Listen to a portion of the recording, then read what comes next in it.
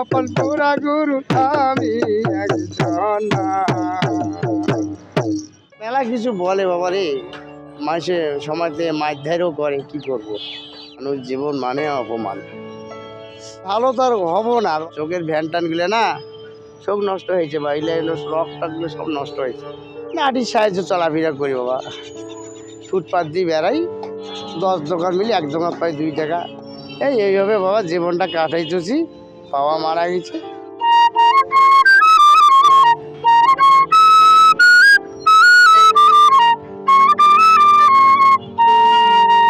ধরো 71 সাল থেকে আমি মনে করি ডিস্টার্ব চোখে, তখন থেকে আমি দেখি না। পরে ডাক্তারে দেখাইলাম, এক ডাক্তার বলে টাঙ্গাল মিচে ধরে যাও, ও সেটাও যাওয়ার পাইনি বাবা।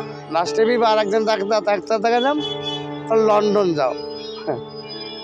যাই হোক, এখন করে কনিও পাল্টা লাগবে, কনিও তো এখন আর হবে না পাল্টা, তখন কায় কনিও দেয়। এইভাবে বাবা জীবনটা কাটাইতেছি। বাবা মারা গেছে, তারপরে বাসি টাসি বাজাই আর এইভাবে পরিবারই খাই। পরিবারে মনে করো ওই যে আমাই আছে, আমার বউ আছে, ছেলে মেয়ে 2 জন আছে, এই তাকে নিয়ে চলাফেরা করে খাই। আমি মেলা 9টা 10টার সময় বেড়াই, কোনদিন 9টা 10টার সময় বেড়াই, কোনদিন মনে করো বেলা 3টে 4টার সময় বেড়াই, আর সন্ধ্যা 8টা 9টা এইরকমভাবে চলি যাই বাজার টাজারতে ঘুরিয়ে। মনে করে 300 400 সময়তে 500 হয়। চোখ থাকলে তো ভালো লাগতো বাবা, এখন তো আমার চোখ তো নাই, এখন তো আর মনে করো সুখ করে তো লাভ হবে না।